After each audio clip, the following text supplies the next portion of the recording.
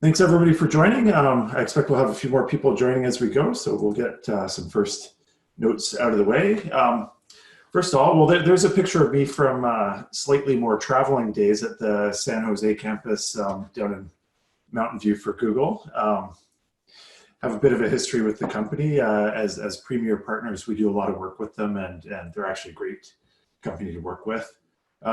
And so first off, why are we doing this webinar today? And the big thing really is, I know with everybody's probably feeling a bit of the same sort of frustration and challenges right now. And we really wanted to do just something proactive and optimistic to sort of feel like we were making forward progress in this time. So we thought helping some folks get more adept at their SEO skills would be a great thing to do. My personal background, I've been a full-time web marketer since 2001.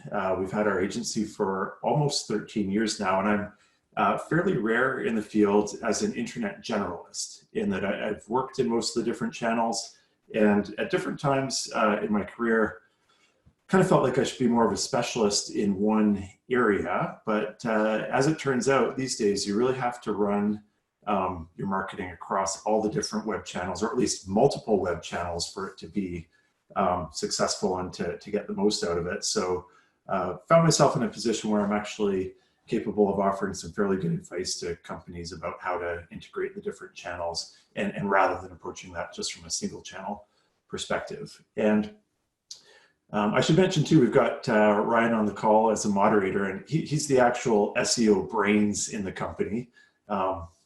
But I'm the one that usually does the presentation, so I get to speak, and he's going to correct me on all the things that I screw up on. And just the question popped up in the Q&A. I don't know that I'll be watching the Q&A the whole time, but definitely if you have any questions, please fire them in there, and we'll address them. And yes, we are, according to Zoom, we are recording this meeting, so fingers crossed. With that being successful, we will distribute it afterwards, as well as the slide deck and some other resources we'll touch on. So in terms of what to expect today, basically, we're just going to cover the stuff that matters, and we're going to have a look at the things at a little bit of a higher level than we would necessarily do when we're looking at a client website. But basically, what we would look at a first pass through a client website. And quite frankly, if you can cover off the things that we do look at, you're kind of 95% of the way there, and your site will be looking great. And so what we're going to do is, first we're going to cover a couple basics and just get everybody on the same page about the Google platform, and then do sort of walk through the steps of an SEO audit. Then we'll look at some execution, how you do a couple of the most important things, and then we'll talk about resources. And quite frankly, on the execution front, there's way too much to cover for the more in-depth things. So what we're going to do is do a poll for who wants to see sort of which resources after the fact, and we'll put together some more resources for you as well. Possibly we'll even have some more sessions if the demand is there. So starting off, what is search engine optimization? And basically, there's a few parts of it. Once upon a time, it used to be a really sort of really technical thing where really smart technical people would sit in dark rooms and do all sorts of technical trickery and find ways of sort of tricking the search engines. These days, it's really, technology is important, and the technical part is quite critical. But really, the technical best practices form sort of the foundation of it, but they're certainly not everything. And in fact, they're kind of I won't say one and done, but more or less, you want to get your technical best practices set in place. And then at that point, sort of 90% of the work in search engine optimization is really around content, learning and using the language of your customers, i.e. keywords, and then getting the word out and getting traffic to your site. And we're going to cover some more of that. But basically, it's getting together a multi-channel strategy where your content, whether it's video or written content, your social media, your email marketing, your promotion and advertising efforts, they should basically all work together. And once again, I really highlight that it's not technical wizardry. And this is really important because a lot of people get quite intimidated by it. And quite frankly, it's most everything is fairly accessible and manageable. It's just that it's intimidating and there's a ton of information out there, sort of way too much information. But if you focus on some of the simpler things and just keep at it, definitely a lot that even totally non-technical people can do. The other thing, it's interesting, search engine optimization, I have to say, is not my favorite area to work in. As someone with a short attention span, I kind of prefer working in the advertising medium where you run an ad and by the next day you have a sense of whether it might be working or not. You're getting results or you're not. So search engine optimization is a bit of a longer term process. But that said, it's definitely a transparent medium. And what I mean by that is that you can look at all your competitors, you can see exactly what you're doing, you can see how they're ranking, you can see what their domain authority is.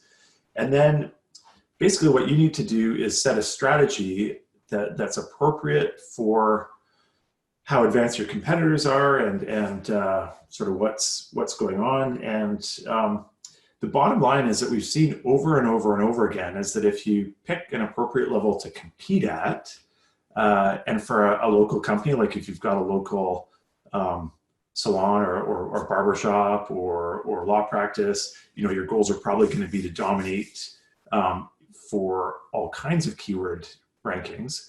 Whereas if you're sort of a brand new software company competing internationally, your goals are probably going to be to compete on some niche terms because everybody else is so far ahead. And in that case, you'll develop a strategy to improve over time, but you'll develop a shorter term strategy where some of the stuff that you really specialize in, you can rank for. And again, bottom line is we've seen it over and over again. If you do the right things, the results do follow. The only big question mark sometimes is how long it will take, because it's not an instant response. And sometimes, depending on the size of your market, the size of your site, and who you're competing against, sometimes you'll see results literally in days. Other times, if you're competing in a very large international market with large competitors, it might take a year or even more to see the results of it. That said, we do have a lot of confidence that it does work. In terms of website platforms, the big ones that we typically look at are WordPress. We are a WordPress shop for the most part. Ryan actually personally wrote the first mobile website in WordPress for the Royal BC Museum almost 10 years ago now, and basically has expanded sort of skills since then. So WordPress is awesome, but it's not for everyone. Actually, for some sort of much smaller clients, Squarespace is emerging as a good platform that we're kind of fond of, and also starting to do more and more work in Shopify, which is a great platform if you have a small sort of store and aren't wanting to get into sort of a larger sort of endeavor. But again, and there's a million others. Those are just kind of some of our favorites right now. So again, looking at the Google Playground, I believe that photo, I think I took that photo at the San Diego Zoo, and just was an opportunity to stick it in there. But looking at what goes on in Google, let's look at a search results screen. In this case, it's for a search on photo management software. As you can see, the first thing at the top of the page are some ads, there's a Q&A, and then about halfway down the page in the highlighted area, you can see what's known as the traditional sort of organic search results. And those are the natural ones that come up that most people think of when they talk about search engine optimization, and that historically companies have optimized for. So going, there we go, a little bit of lag there. And again, at the top, you'll see there's two areas up there. One is the Google sponsored search ads on the left, and those are the ads that you basically bid how much you're willing to pay per click, and you're eligible to appear up there as long as the quality and relevance of your ad is high enough. It's a real performance-based medium. So if you're being more strategic and doing a better job at your ads, you can actually pay way less to appear there than someone else who's just strictly relying on bidding.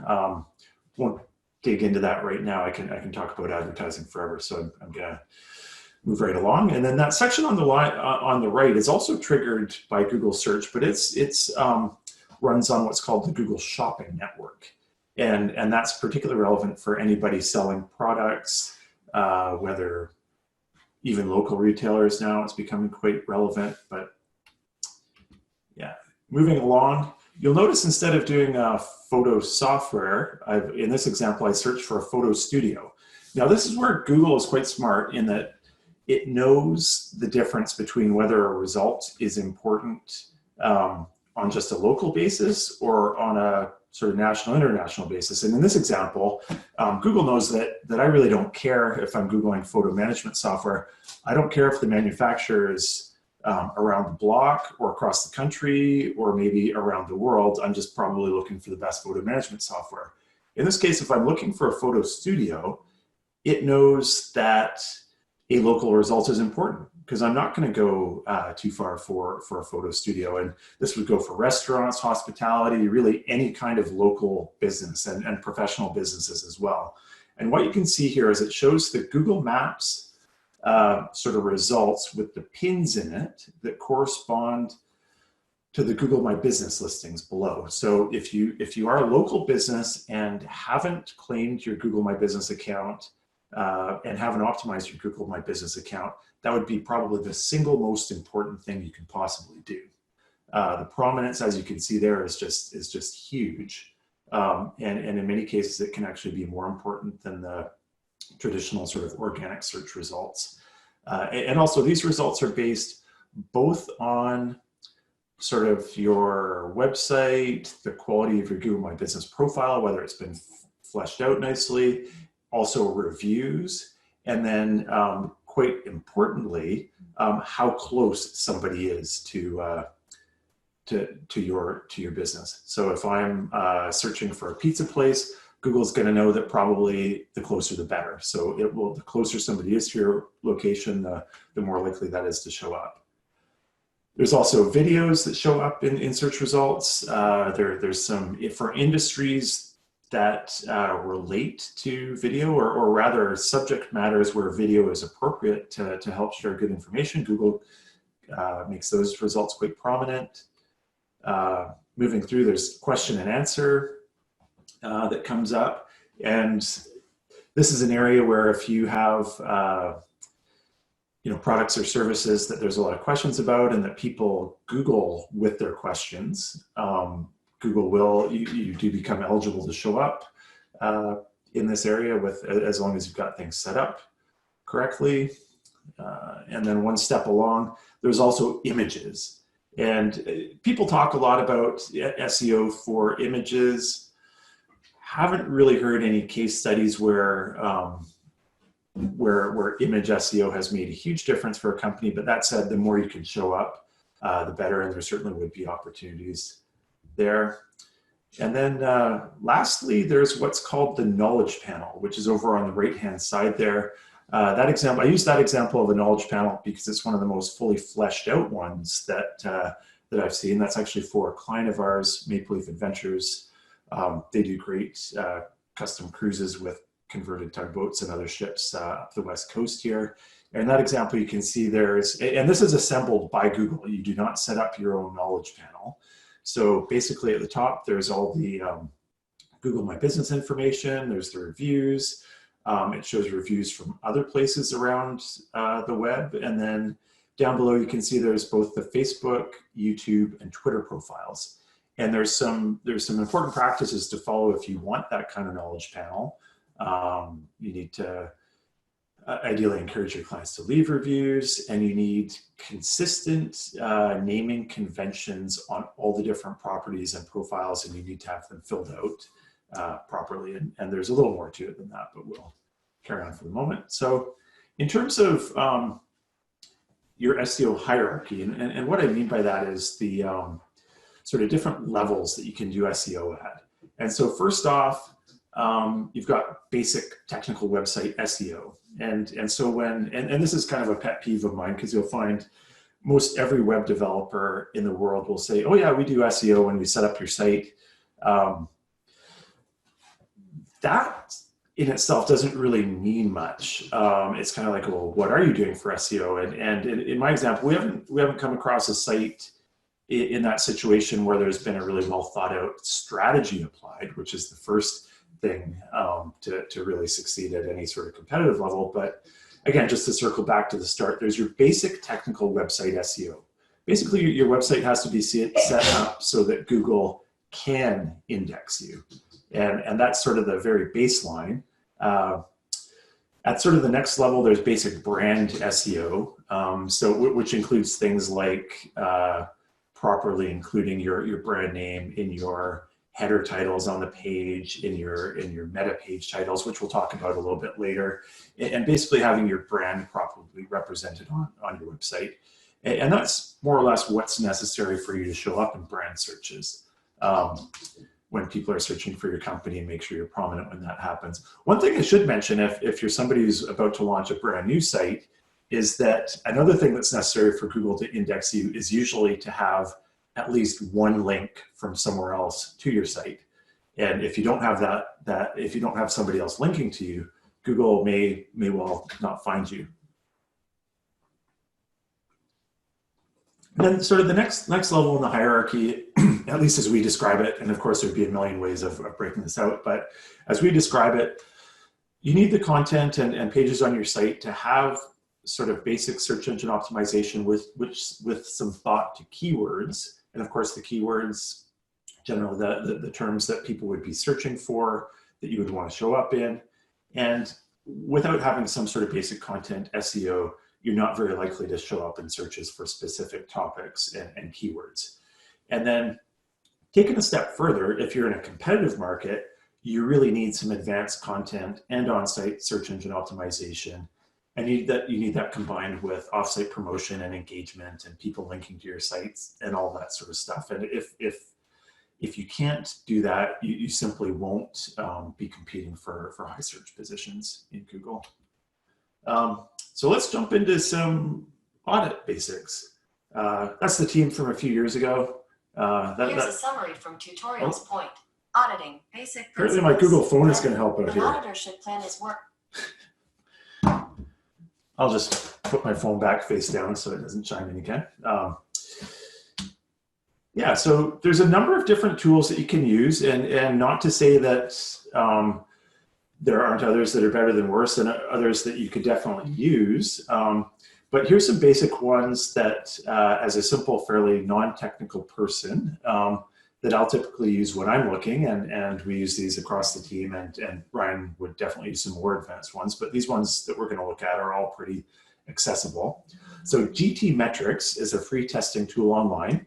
You don't even need to sign up for an account, but I would encourage you to sign up for a free account, because you then get prioritized sort of performance, and your review starts right away rather than having to wait in a long lineup.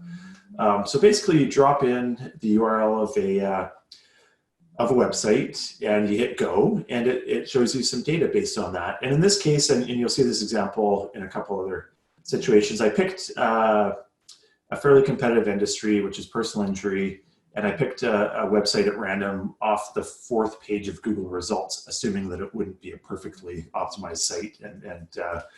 So anyhow, the SeattleInjuryAttorney.com, they have a fully loaded page time of 7.9 seconds. Ideally, we'd love to see that around 3 seconds or lower. Interestingly, if you look at their total page size, it's only about 2 megs, which is actually fairly respectable. So that immediately tells me maybe there are some issues with how the server or their host is delivering things. And actually, if you look above there, there is a note that the server is slow. So definitely some opportunities there, and it has the tip of optimizing WordPress as well. And okay, so the question comes up, well, how do you optimize WordPress? If you look at that PageSpeed tab on the left down below, you see the first and main recommendation is to optimize the images. And that is probably the most common one that we see that, again, we'll touch on a bit more. But in short, your images, when you upload them, they should be optimized, so they're quite compressed. And then they should also be resized to whatever size they're going to be shown as. And again, we'll come back to that a little bit more. So Google PageSpeed Insights is another free testing tool that we use. And it shows your Google PageSpeed, as they call it, on both mobile and desktop. In this example, we have the mobile tab selected, which is really the most critical for PageSpeed these days with browsing over the mobile networks. Google is giving them a 16 out of 100 ranking, which is actually obviously not great. And I should mention too that Google is really aggressive with these tests. It makes it really hard, particularly with WordPress sites. They don't like to give WordPress sites great rankings here. So I wouldn't expect your site to necessarily be in the top 50%. That said, if you don't have kind of at least maybe a 40 on this, then you definitely want to take it seriously and do some work on your mobile performance. So again, looking down below, there's a variety of relevant stats that we look at. So the first contentful paint that they refer to is kind of the first time any sort of images or anything appears on the screen. It's taking 5.5 seconds, which actually means on mobile, by that point, most people have probably left the site.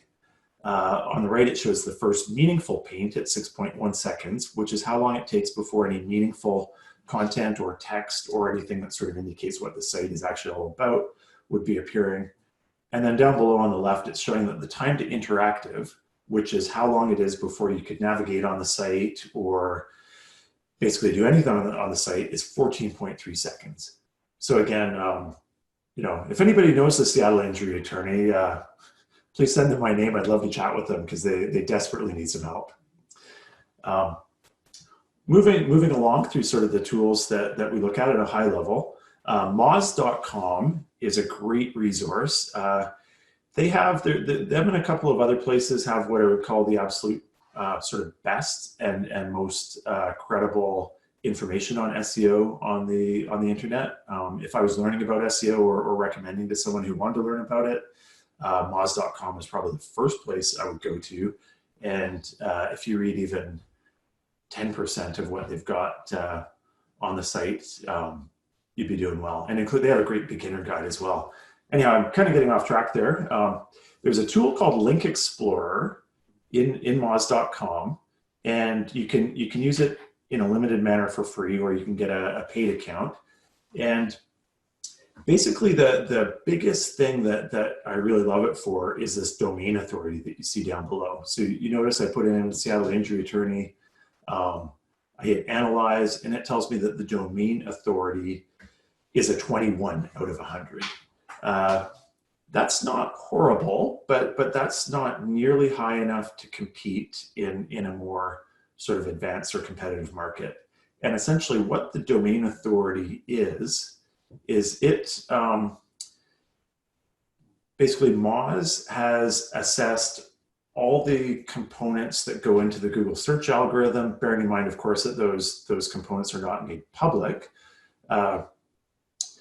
and essentially assigned everybody a ranking from 0 to 100. Now, one thing to know about it that's really important is that it doesn't consider keywords. So it's not really looking at your content. It's just looking at all the factors that would indicate that your site is a credible site. So what that means is the domain authority is actually a really good measure of your potential.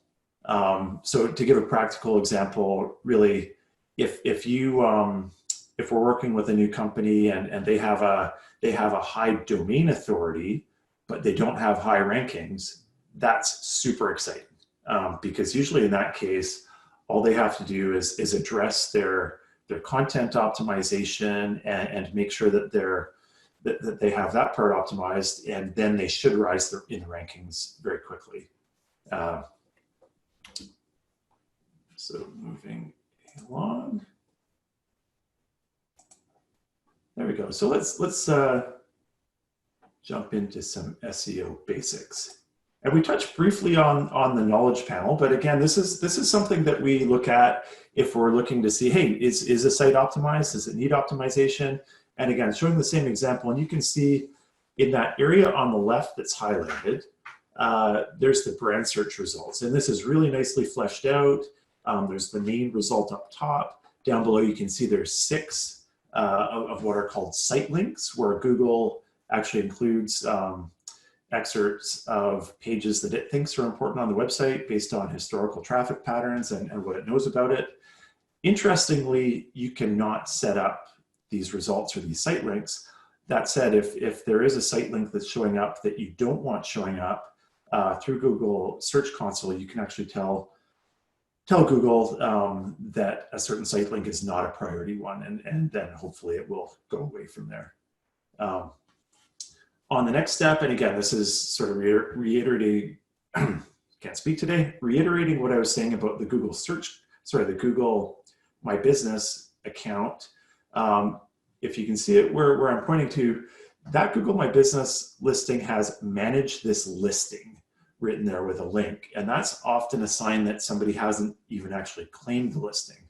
So if you have a website and have a local business, there's a good chance that Google has created a Google My Business sort of presence like this. So really what you want to do is definitely manage it and then optimize it. Also, ideally, you've got some photos in there of the business and you've encouraged some clients to leave reviews. Another thing we also always look at is using Google's mobile-friendly test. Sometimes it's a quick and easy and free test. It's just, is your site attractive on mobile? Is it mobile-friendly? And is it easily navigable on mobile? And there's an interesting sort of trend that surfaced in the last couple of years of the single-page site. And this is not to pick on designers, but a lot of designers really like this format. They can do a really elegant sort of site that's all on one long scrolling page. You can have continuity from one section to the next. They can look just lovely, but it's a really bad idea. And there's 2 reasons for that. One is that sort of instead of having say a 6 or 8 or 10 page site, if you have all that information on a single page, all that information has to load on mobile on one page, which can be, depending how well it's set up, that can be disastrous. And then secondly, in the search engine optimization world, Google really looks at sort of one topic per page. So Google looks at a page, figures out what the most important topic on it is, and then you've got a good chance of showing up for that topic. So of course, with a one-page site, you really only have one topic to work with. Like if you have a bunch of different services or products or different areas that you work in, maybe some industries that you work in that you've got pages about, if those are all on a single page site, they're all kind of buried, and it's just a big bag of mush instead of distinct entities. Stop for a quick sip of coffee. So looking at technical search engine optimization, we'll just jump right in here. Again, our friends in Seattle here, and this is funny because I had almost left the SSL, which stands for Secure Socket Layer. I'd almost left this out of the audit because most people have it in place now. It's rare that I see someone who doesn't, but essentially, this is what gives the S on the end of HTTPS in your URL. And basically, it's just a bit of a technical convention at the host that makes it secure, makes it very hard for people to hack information from the site. And so particularly if you have a site where people might be entering sensitive information or doing e-commerce purchases, it's super important to have SSL. And then on a secondary basis, both Google in SEO and Google on the Google AdWords network, they consider that a negative factor. So it can actually even affect your prominence in Google if you don't have your HTTPS set up. And essentially what you want to do is call your host and ask about getting SSL set up for the site. It might involve a little bit of development depending how your site's set up, but it's usually quick and painless, and more hosts are now providing it for free. So if your host is going to charge you a bunch of money around that, might be time to consider switching hosts. And we can certainly help with advice on that if anybody has questions. Another thing we look at, and it's interesting because Google Analytics doesn't specifically relate to search engine optimization. It won't affect your rankings, but if you're going to be serious about web marketing and SEO, you absolutely want to have Google Analytics in place. It's a free tool that gives you an incredible wealth of information about your website. And yeah, there's definitely anybody who's serious about their website and about getting ahead on the web, it's basically mandatory. And you can also plug in the tool that we're next going to talk about, which is the Google Search Console. And if anybody's been on the web for a while, they might remember a time when within Google Analytics, you could see all the keywords that people were using or all the search terms that people were using to arrive at your site.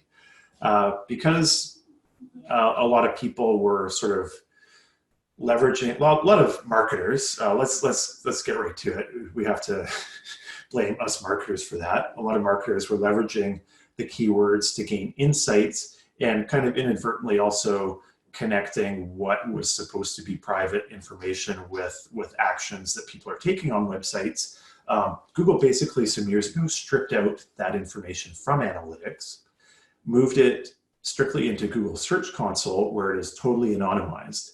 So one thing you can do with Google Search Console is integrate it with your Google Analytics, and then within Analytics you can once again have all that information about search terms people are using to reach your site, how the different search terms performed when those searchers reached your site. And one caveat is that it's definitely all anonymized now. And really the reason they do that is there's lots of people that search on quite sensitive topics. So if you're searching on, for instance, a healthcare topic, the last thing you would want to do would be for people to be able to associate that with you individually.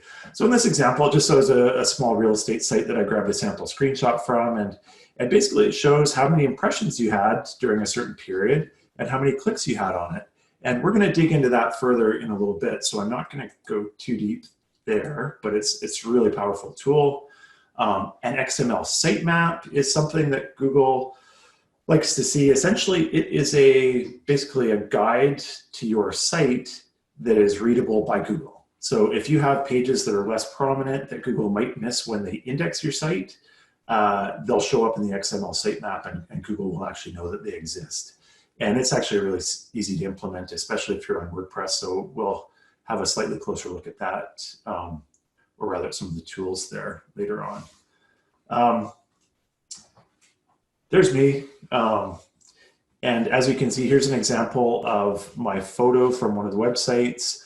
And basically there's in WordPress, the screenshots from WordPress, it shows the spot where you enter your alternative text or alt text. And any image that you would want to be eligible to show up in Google Images, you want to have an alt text that makes sense, that is readable by Google in there. And then on a secondary note, some folks recommend, oh, you have to have alt tags for everything. And actually that's really bad advice. If you have decorative elements on your site, like borders or icons or things like that, there's no value in having them show up in Google search. And in fact, it's going to probably diminish the likelihood that other images would show up. So only important images that have relevance to your company or brand should have those alt tags, but definitely they are one of the many small components of SEO. And also having a descriptive file name. And the reason that that's important is there has historically been a lot of trickery around search engine optimization. So it's just sort of a double check for Google that the content does reflect what the alt tag says. And it's interesting too, because I mentioning all these tiny things, and that is really sort of how SEO works, is there's a few big things to get taken care of. And then after you've got that done, there's probably 50 small things that can make an incremental difference to your SEO. And really a huge thing is just chipping away at all those incremental things so that you get them all in place which unless you're in a super competitive market, your competitors likely don't have those done. So that's an area to sort of get ahead, and all those little bits add up. Another thing Google likes is to have well-formed Google readable URLs. So in this case, you can see from one of our properties, the Google My Business Guide for Lawyers is the URL title. It's also the headline, which is also the H1 tag, which we'll talk a little bit about. Basically just having that so that Google can understand it and confirm that it matches the other content. Here we go. I don't know, some folks are probably familiar with header tags. There's H1s, H2s, and essentially from the very early days of the web when there wasn't sophisticated formatting, these tags were used to sort of denote, oh, H1 is a headline. Oh, an H2 tag is a subheadline, and so on down through multiple levels of H1s, H tags. And typically we'll use H1s, H2s, sometimes H3s for if there's sections within subheadings. But really the most critical one is this H1 tag. So there should be only one H1 tag per page, because of course, how can you have two different things that indicate the main topic of one page? So definitely the H1 tag is critical. And for a variety of reasons, people often don't use them. One of the reasons is that on WordPress, sometimes they work weirdly with the sliders, which is where you put, often where you put your headline, but there's definitely some quick ways around that, and you want to incorporate that H1 tag so that it's consistent. Moving along, other things that we look at, there's, again, this is another screenshot from GT Metrix, and it shows the performance scores. In this case, this site has a pretty bad performance score, and if you look down below, it says, oh, enable compression. Oh, enable compression to reduce transfer size by 3.2 megs. That's giant. I mean, that's huge. I mean, if you think about, somebody coming in from a mobile phone, that alone is probably going to kill a visit unless the person has extremely fast connection. So, and I mentioned images being scaled and optimized. Again, Google. In this case, it's GT Metrix again on the left, Google PageSpeed on the right, and on the example on the right, it shows a really good example of images that were uploaded at full size and then just scaled within WordPress to a certain size, and there's a couple megs of savings right there. Which again, when I think of like most of the websites, simple websites that Ryan works on, the whole website is maybe 1.5 meg sort of thing, or sorry, the whole homepage is maybe 1.5 meg. And here's an example where somebody has what looks like about 2 megs in wasted images. And again, sometimes, it's one thing for your site to loads sort of quick enough, but Google really favors, if you have competitors that are loading faster, Google's gonna favor them, and they're also gonna have a much better experience on those sites. So jumping through, we're making pretty good time, hoping to chat for another sort of 10 minutes and then look at some execution, and then we'll do some fun Q&A, hopefully. We like to get grilled on this stuff, and I've got backup with Ryan, so we have no excuses not to be able to answer any questions. Looking at search engine optimization for content, probably the biggest single thing is having custom meta titles and descriptions on your pages. And essentially these are I call them the Google headlines and descriptions. So in the screenshot on the left is from the Yoast plugin within WordPress. And essentially you enter what you want your title to be in Google. It also reflects as the title that shows up in the tab up at the top of your browser. And then the meta description, which is the second element on that. The meta description doesn't actually appear anywhere on your website, but it does appear in Google as long as Google deems that it's relevant enough to the page. And if you're not setting custom titles and descriptions, Google might be showing coherent titles and descriptions, sometimes not. When you see a really weird description that doesn't make a lot of sense, that's why somebody hasn't said it. And the other thing though is really if hundreds or thousands or tens of thousands of people are going to be seeing these titles and descriptions, by doing custom ones, you have the opportunity of writing something dramatically more compelling, and you can actually influence and make people way more likely to click. It's funny, I know some years ago, Ryan and I actually did, and I say Ryan and I should say Ryan, because Ryan's Ryan's the one who did all the work. Did some work on one of the 10 most trafficked websites in the world. Actually kind of a cheesy photo site, but nonetheless. And they had never taken the time to establish these for their sections. So that's an area where that was really cool to work in at that scale, because like, oh, hey, we changed these titles and descriptions, and click-through rates went up. Basically, it's free traffic if you can do that. And also these elements are, as well as being able to influence searcher behavior, they often also make your site more optimized and can help your rankings. So content elements, I'm not going to get too deep into here, but basically it's critical that you can navigate your site visually. And by that, I mean, sort of everybody has navigation on their website, but that's kind of like the index in a book or the table of contents. Basically, that's where people go to look if they don't know where to go.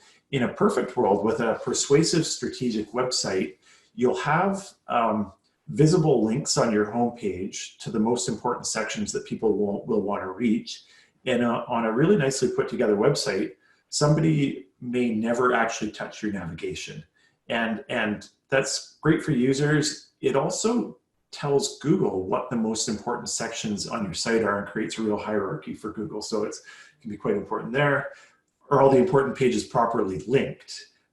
So example, we do some work with car dealers, and there's one sort of, I think they're actually the biggest manufacturer in the world, and one of their approved web vendors does websites where not all the pages are actually linked. So for instance, in all the used car inventory, the individual pages show up in what's called a lazy load, so that they're not showing up as links until someone scrolls down the page.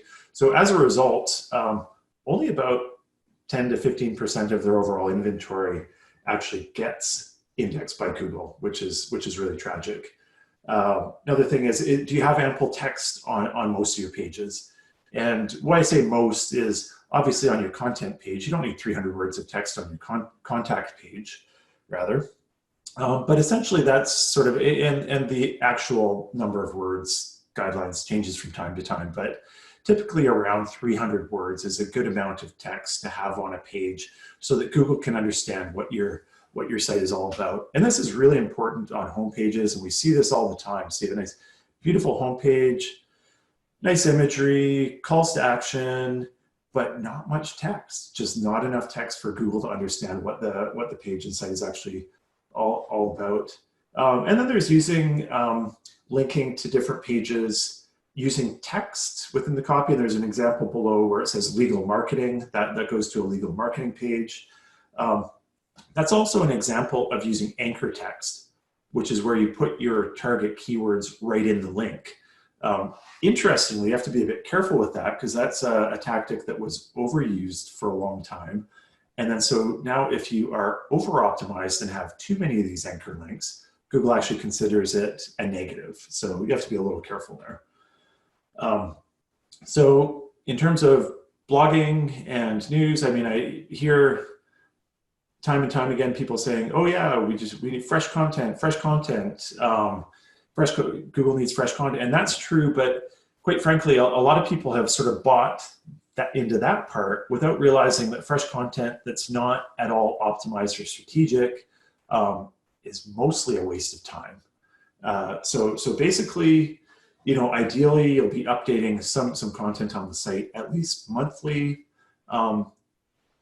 And critically importantly, you want some sort of keyword strategy to go with your posts. So a great example might be if you want a blog post to possibly show up in search, It's like, think about the topic you're going to write on, go and do the research to find out what keywords your audience uses to search for that kind of content, and then embed those keywords right in the post. And we're actually going to talk about that a little bit more in a minute.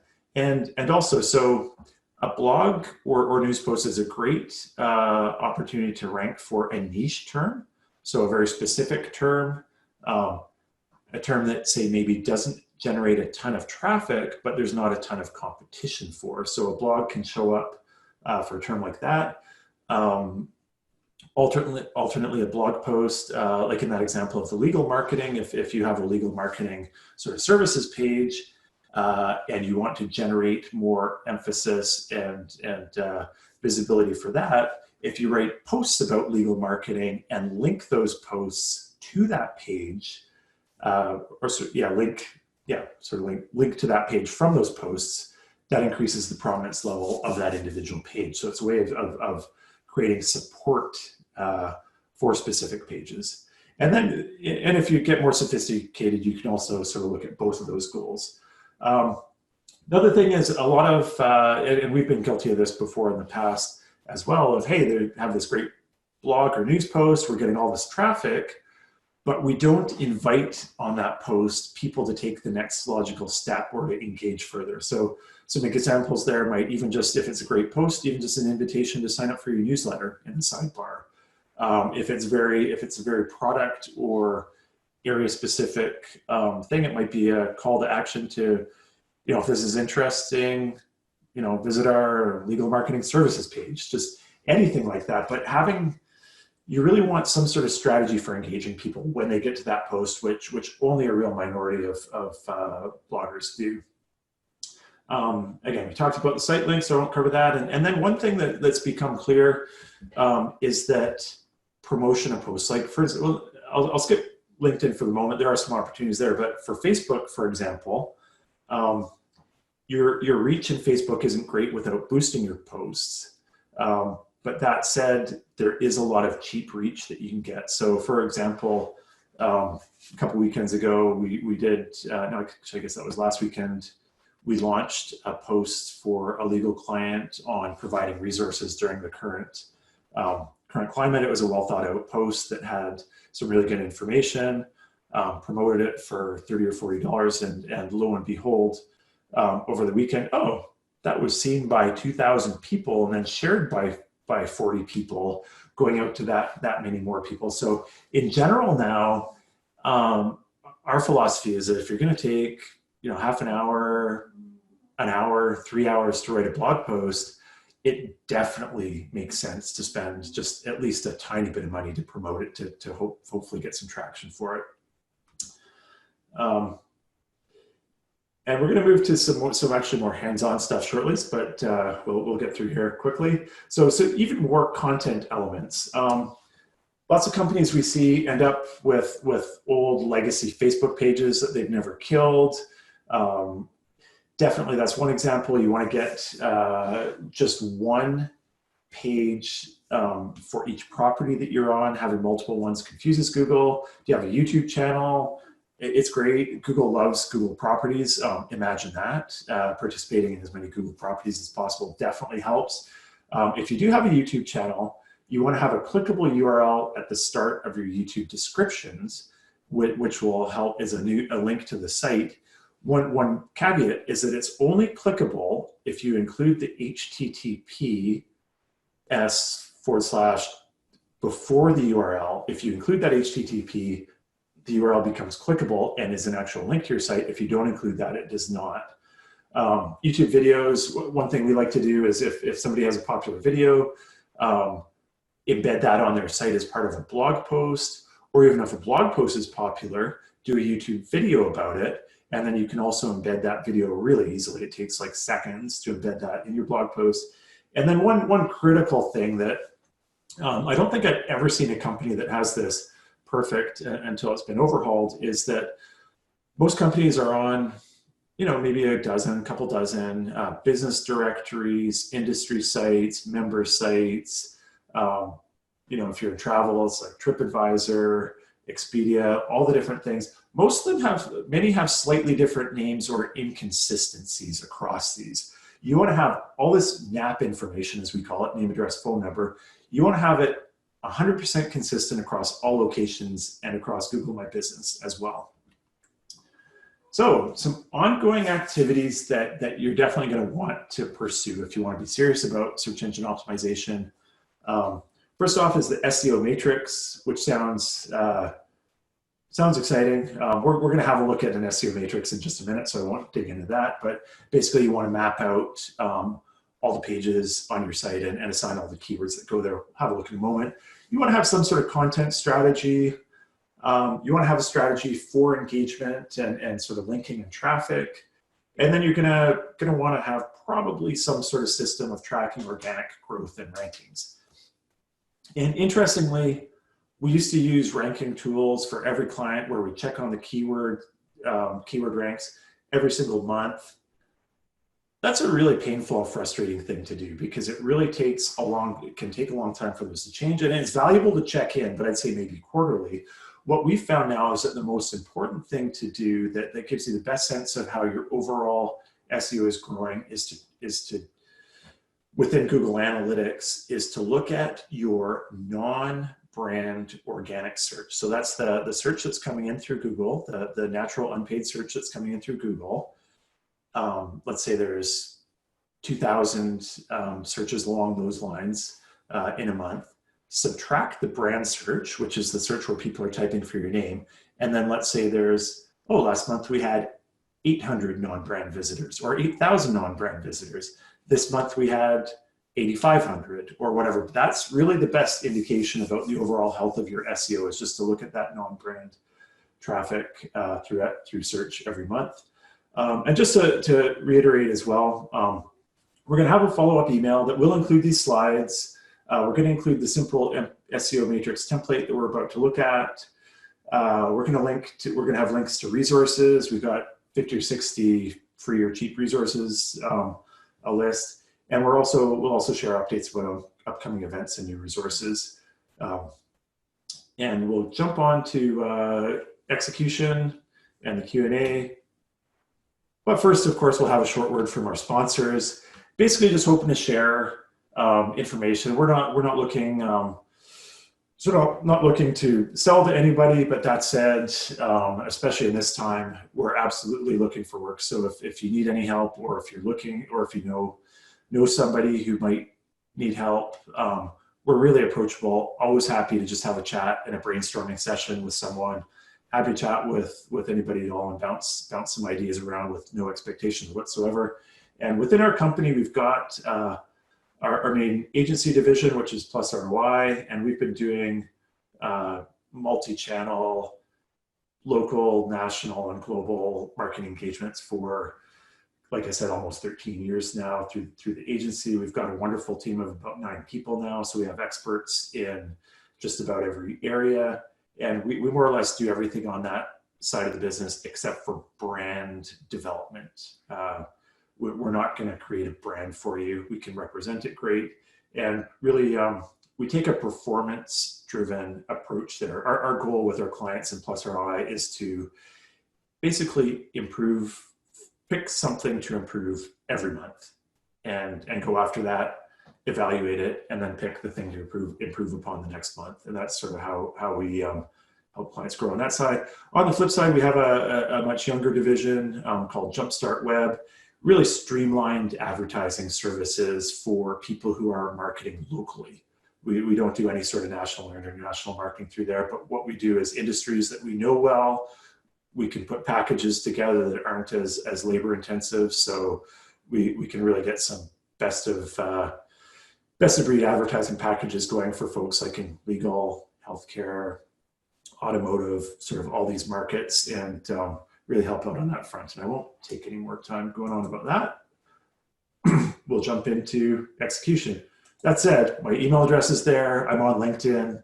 Love to connect with anybody on LinkedIn. And if you have any questions at all, just drop me a line. So SEO execution. Rather than talk about the matrix, I'm just going to switch my screen to it. And in this example, actually, you know what, I'll call up our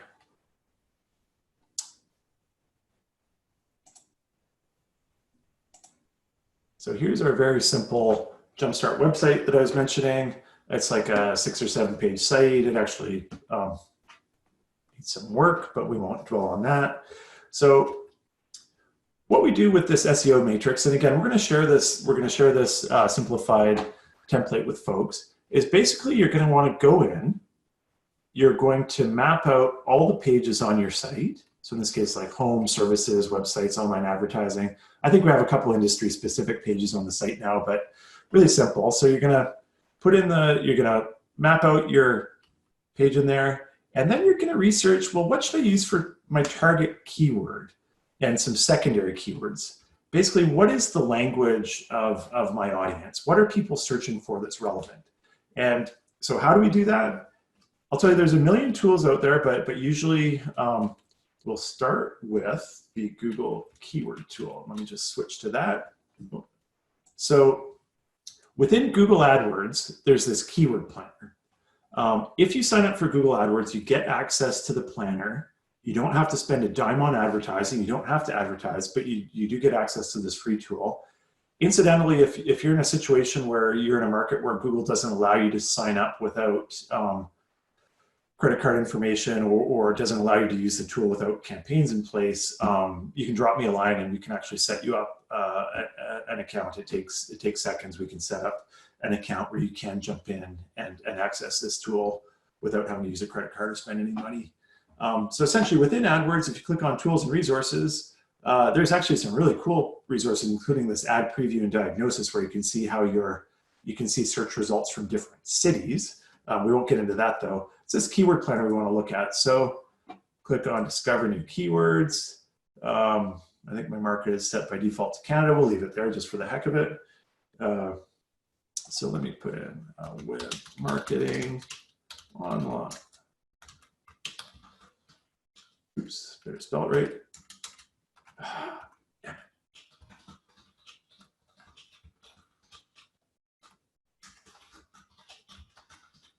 So let's say in this case, I'm hoping to find out, well, which term should I use as my keyword on my homepage for our sites? Click get results. And here we go. So Google's telling me right now that wow, that's interesting. Actually, that could speak to a change in some of the stuff that we're doing, actually, because I don't think we use this term too much. Digital marketing has surged, apparently, and is now responsible for about 9,900 searches per month in Canada on average. Online marketing, 1,900, and web marketing, 1,000. If you scroll down, you can see there's average search volumes for a whole ton of related terms. And so essentially, when looking at these pages in the matrix, I mean, sometimes you do sort of one pass through the keyword tool and hey, there's all the information we need to figure out all the pages on our site. Other times they'll be dramatically different pages. So you might want to do a dive into the Google keyword tool on a page by page basis. That's really up to you and depends on how much time you have to put into it. But obviously the more research you do, the better. So we've got our keywords, our secondary keywords. The reason we have a target keyword separate from the other ones is this is the term that we want to use in the H1 on that page. That's the term we want to use in the custom page title. So along those lines, here's my page title. We used to sometimes just write page titles or content directly into pages. What we found is you get much higher quality results, and they make much more sense strategically across a whole site if you do them in one spot like this. So we type in our page title. Interestingly, using count thing, if I add some more words here, oh, there's too many characters. It's going to get cut off when it appears in Google. So this turns pink and red. There's your meta description, which should be, and these character counts have changed from time to time, but again, it's supposed to be about 150 characters there. So I think this is fairly obvious and intuitive what you do with this sheet. And let me tell you, if you do it, your site will be better, and you'll get better results for it. So jumping back to the keyword tool, jumping over to the site. So you've got these in a spreadsheet. Now what do we do with them? So we'll go to the website. And so I'm in WordPress here, going to click Edit Page on this simple Jumpstart site. Scroll down. Scroll down to where the Yoast SEO plugin shows up, and basically just click on the results. And this shows a preview of what it's going to look like in Google. It's like, oh, here's my SEO title. That is your custom page title. There's your custom meta description. So this page title, that meta description, just paste them into those two spots, and you're off to the races. A couple other quick things before, actually just one other thing I was going to look in is the Google Search Console. We touched on that. So the Google Search Console also works with Yoast. So go in, go to defunct account, you add a property. This will come up much earlier for you when you set up a new account in Google Search Console. Quick tip, for all these Google properties, create one Gmail address that you use for all of them as the main one. And then you can share administrative rights with different people as necessary. But just trust me, you'll thank me if you do that, and you'll curse yourself if you use multiple different email addresses for your different Google accounts. It becomes a bit of a nightmare, especially when comes time to connect them and whatnot. So in this case, we're going to go with the old school URL prefix thing.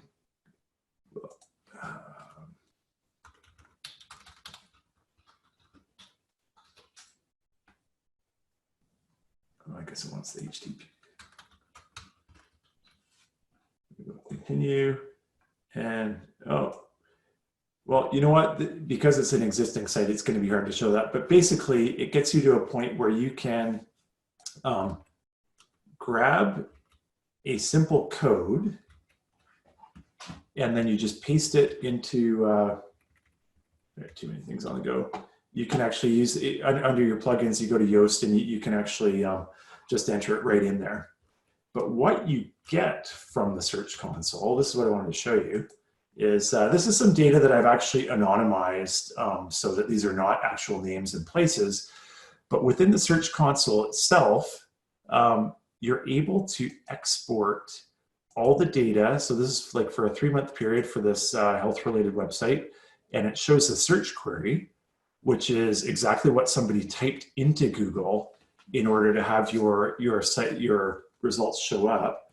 Shows you how many times people clicked on your site, on your result, how many impressions, or rather how many times you showed up in search, and it shows the click-through. So in this case, for Davis Street Health / fictional name, they showed up in search results 704 times. They were clicked on 126 times, which equals a rather high click-through rate of 17.9%. And here's where it shows your position. So on average, when they showed up in search, they showed up in position 5.85 for that particular query. The query is also known as search term, which more or less, for practical purposes, means the same as keyword. So consider keyword, query, and search term to mean the same thing, even though there are some subtle differences. And again, obviously this information can be invaluable, particularly if you've been going for a while. It's like, hey, for this fictional clinician, I did find a place to replace all the names just for privacy's sake. But in this case, average showing up in about 11th position. It's like, oh, well, it would just take a little bit of work to get in the top 10 and be on the first page. Or other things that you look at, are there situations where you have tons of impressions but not a lot of clicks? If that's the case, hey, let's make our language more strategic and persuasive on our meta page titles and meta page descriptions.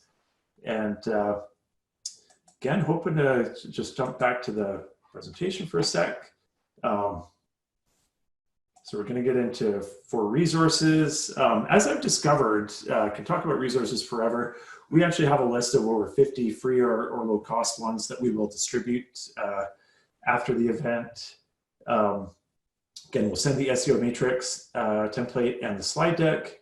And we're going to do a Survey Monkey poll. We've actually got it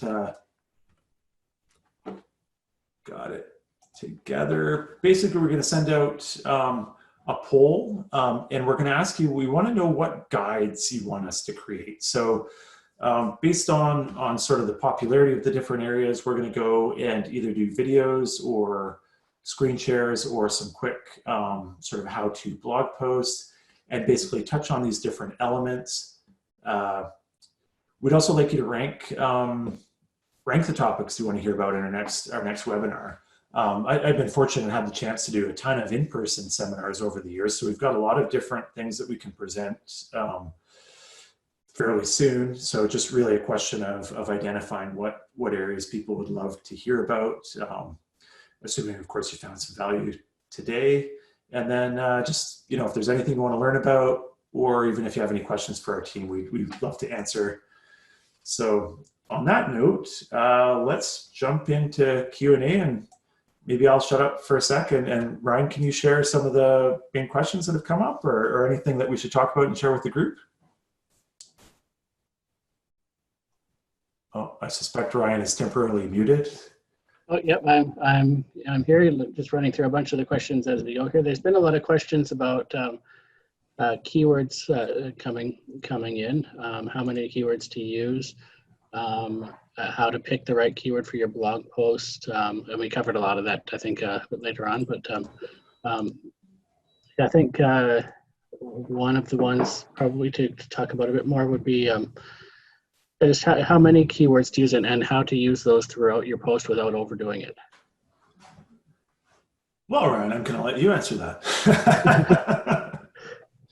Well, yeah, and I've answered it. I'm not sure if people are watching the questions. There's an answered tab there as well, and I'm trying my best to get the answers in as quickly as possible. But in general, the answer to that one would be, but we generally try to pick one focus keyword that we're mainly focusing on throughout the page, and we try to get that into our, our meta page title and our H1 heading for, say, a blog post, and then we also try to make sure that we use that within the first paragraph, or if not that specific keyword, we try to just make sure that that the first paragraph is making it clear about what the topic of that blog post would be. And then we try to have a couple of secondary keywords in there that we're also thinking about. And the one thing that I would say to be careful of is I think sometimes we can tend to focus too much on the keywords, even though they are important, and we should be thinking about what people are searching for when they're trying to reach our blog post or our page. If we focus too much on like keyword counts and exact uses of that particular phrase, the content can sometimes end up sounding a bit robotic. And it's always been Google's advice, and as Google gets smarter and smarter, to write first for humans, and so yeah, you don't want to sacrifice your content quality for keyword counts and very scientific placements of keywords, but just make sure you're keeping those in mind as you're writing. And I'll throw in the funny comment there that Ryan was over a year ahead of me on pushing that, talking about the natural language and really getting us moving in that direction. And I can remember kind of arguing with him that, oh, this is still so important to have this keyword in this spot and this spot. And he's like, no, it's all going sort of more natural. Google's getting smart enough to figure it out. And that's, yeah, kind of exactly where things have gone. Hey, Ryan, I see Derek. Hey, Derek. I see Derek's asked a question about optimize your content to improving your chances of appearing in the structured snippets. Do you have any thoughts you can share on that right now, or we can follow up later too if... That's a kind of a big, important and more technical discussion. But yeah, so structured snippets will help Google understand sort of the context around and the semantics around what your content is about. So for example, if you're a restaurant, you can actually in the back end use sort of a coding language to tell Google that you're not only a local business, but you run a restaurant, and you could even have menus and menu items and prices and things like that, so Google can understand all of that information. And there's a website called schema.org. And I'll type the answer right into here. So I can here, schema.org, where it'll explain all the different things that you can mark up in that rich format, and it's quite technical. There are some plugins that'll help you with that with WordPress, but in general, it's sometimes handy to get advice from somebody who understands sort of the technical languages that you can use for that. But yeah, implementing that on your content, like all your business information on your contact page within that structured format will help. And if you have pages like blog posts, as plugins like Yoast will already help you with that by helping mark up those pages as article content. It'll put in breadcrumbs in your website, for example, which just show the hierarchy of your pages. And Yoast can help you implement well-structured breadcrumbs so that Google understands which pages are at the top and which are subpages of other pages. Yeah, all that helps. And yeah, definitely I think that's a topic that we'd want to cover. And I think it's in the survey afterwards, topics that we can cover in more detail with a little post or another session.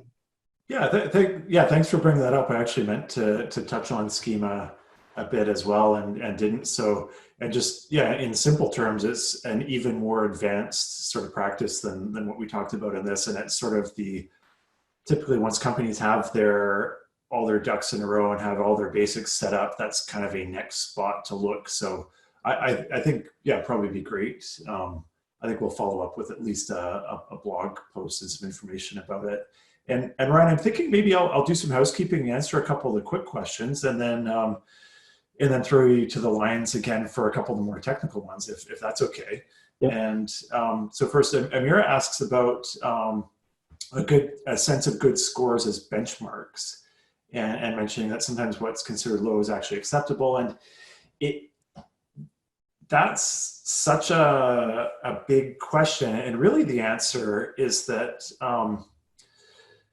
sort of much like there's a joke, like if you're out with a group hiking and a bear approaches, you don't have to be faster than the bear, you just have to be faster than the next person beside you. And it's kind of like that. It's very relative in that, some industries, I mentioned the auto industry, and that's an example where they have a ton of stuff going on in the back end on their websites by necessity. So often we see auto sites that the overall scores in terms of performance would look low, but really the most important thing is that they're sort of equal or better than their competitors.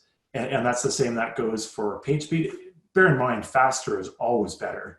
But for things like the domain authority and all the different scores that we looked at, really the first and most important thing is to try and be better than the folks that you're trying to beat. Barb asks if you can easily change her Google address to organize them all. And I guess maybe I'll share what we do when we're working with clients is like we'll typically set up, which maybe not a bad idea is for folks individually, is we'll set up a brand new Google address and either use that for any new accounts that are created or have that added as an admin address for all the other tools. But you basically, for ease of use, you'll want one address that can access everything. And again, that's particularly important. And if you use Google Suite or Gmail yourself, that might be your own address. But to connect the different, and going to Raj's question, couple down, to connect the different Google properties, whether it's Analytics and AdWords, Analytics and Search Console, giving permission for remarketing audiences to be shared, you need to be logged in as an admin on all those things at once with the same address. So you don't necessarily need to change your own Google address, but definitely pick one address to use as the main admin on all those properties. And the same with Raj. To add Google Search Console to Analytics, and Ryan might correct me if I screw this up, but basically, if you go to the area where there's a Search Console area in the left menu structure, and if you go to click into it, because you don't have it connected, it will actually ask you, it will point you in the right direction of connecting it step by step. Jane's interested in the costs of an audit. I mean, we're fairly transparent in terms of pricing. I mean, it really ranges. What I would say to do a proper professional audit, it totally depends on, I mean, if it's the tiniest of companies, we'll actually just have a quick look and let them know if it even makes sense to do a full audit, or if they're looking good, or if there's issues. Professionally, sort of, we've done them anywhere between $500 and $3,000. At the 500 end, that's kind of a good example might be a law firm or a multi-person medical or wellness practice that wants to really rank in their local city or region. At the top end, that's going to be somebody advertising nationally. So for instance, we just did one for a transportation company that does the eastern seaboard of the US.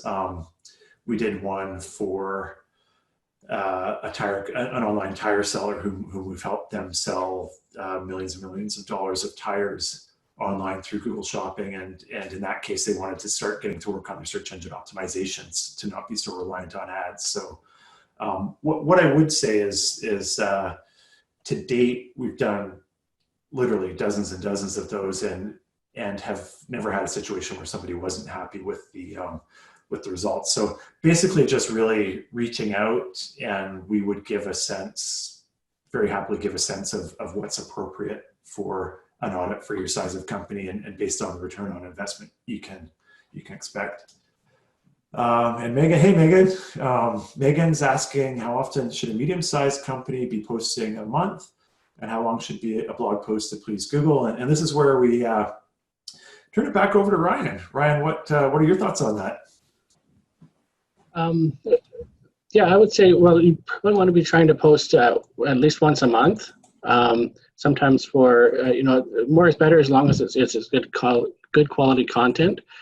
And how long should a blog be? I would say that if you can write shorter update posts, but they're probably not going to impact your SEO.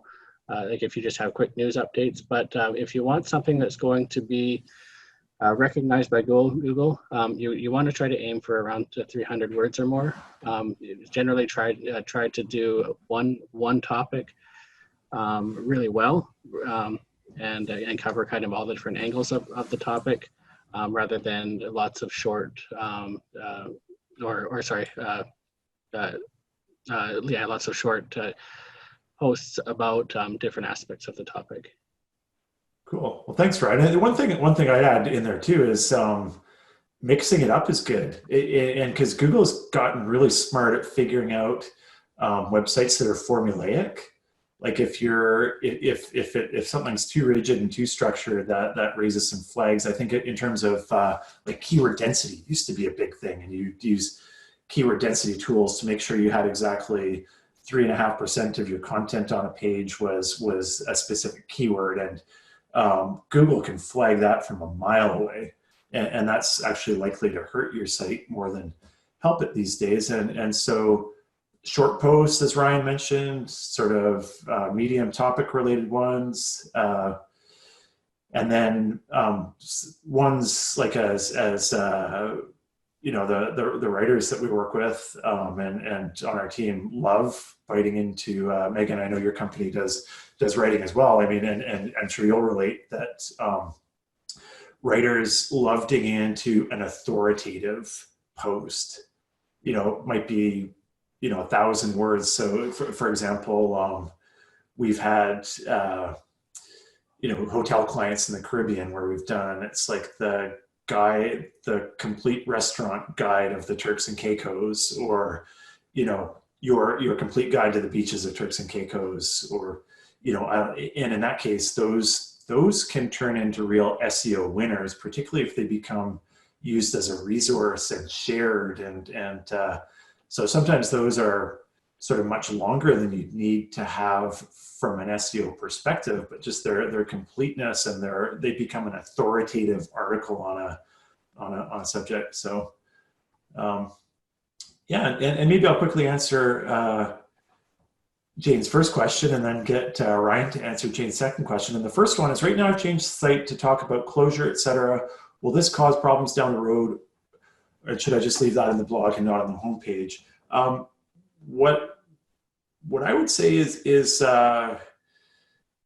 definitely you can change things down the road. Like if one keyword strategy isn't working, or if you're showing up for some things and not in others, you can definitely change your focus over time. I mean, some of the consistent things are having that technology, the technical stuff taken care of, the more legitimate links to your site from relevant, prominent other websites and blogs. That again, legitimate is key, because there's a lot of scams that go on there, and you don't want to get wrapped into any of that or to get punished by Google. But I would say if the topic's important to your business, don't hesitate to have it on the homepage.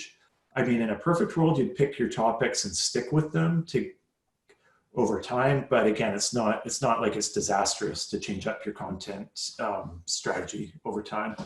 And then Ryan, maybe you can answer Jane's question of how do you set up so that Google will use your answers for Q&A. I might actually just add to the first one here with closure a little bit as well.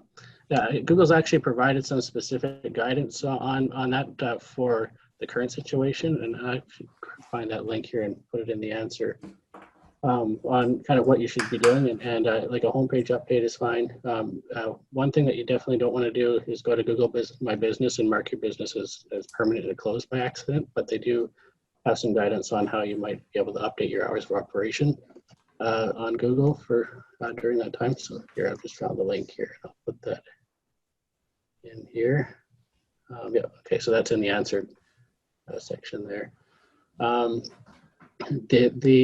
Yeah, James, in the terms of the how do they use the Q&As? So we often will be optimizing pages for the Q&A with sort of a by actually looking at what people are searching for in the Q&A when we're writing a topic, and then we'll start by looking through the questions and then writing a title that has that question right in there. And then we'll try to answer in the first paragraph that specifically within about 156 characters or 150 to maybe 200 characters, trying to answer that question. There's a lot of actual, this is another one of those things that has, that we may be good to do a full article on, and I don't think we have that one in our survey at the end, but I think there's a lot more we could expand on that, and there's lots of resources online for that as well. But yeah, in general, we do try to focus on that a lot, and looking for just typing in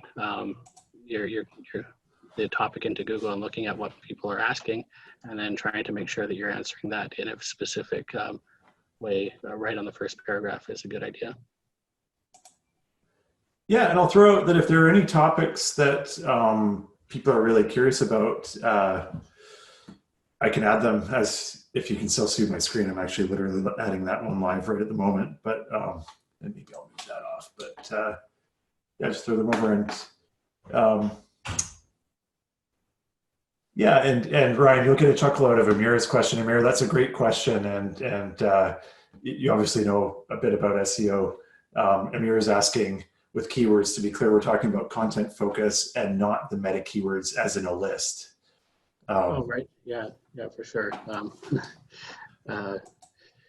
Yeah, what Amir is talking about there is there used to be, and there still is, in the back end of your code, you could actually specify what the keywords for a page were. Those were called meta keywords. And a long time ago, people used to really take advantage of that and try to game the algorithms by stuffing keywords into those. And so Google just stopped looking at them. And oftentimes we we advise people not to even bother with them, because the most they can do is sort of allow your competitors to come and see what keywords you're consciously thinking about.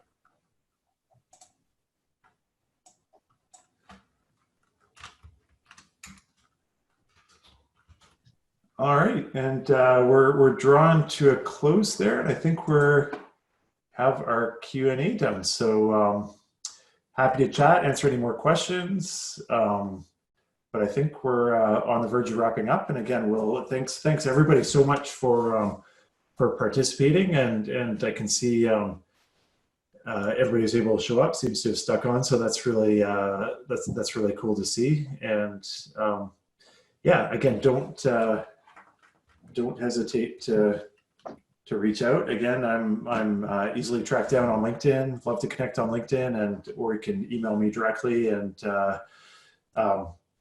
myself or Ryan or someone else from the team who's more knowledgeable in the area, happy to provide some answers.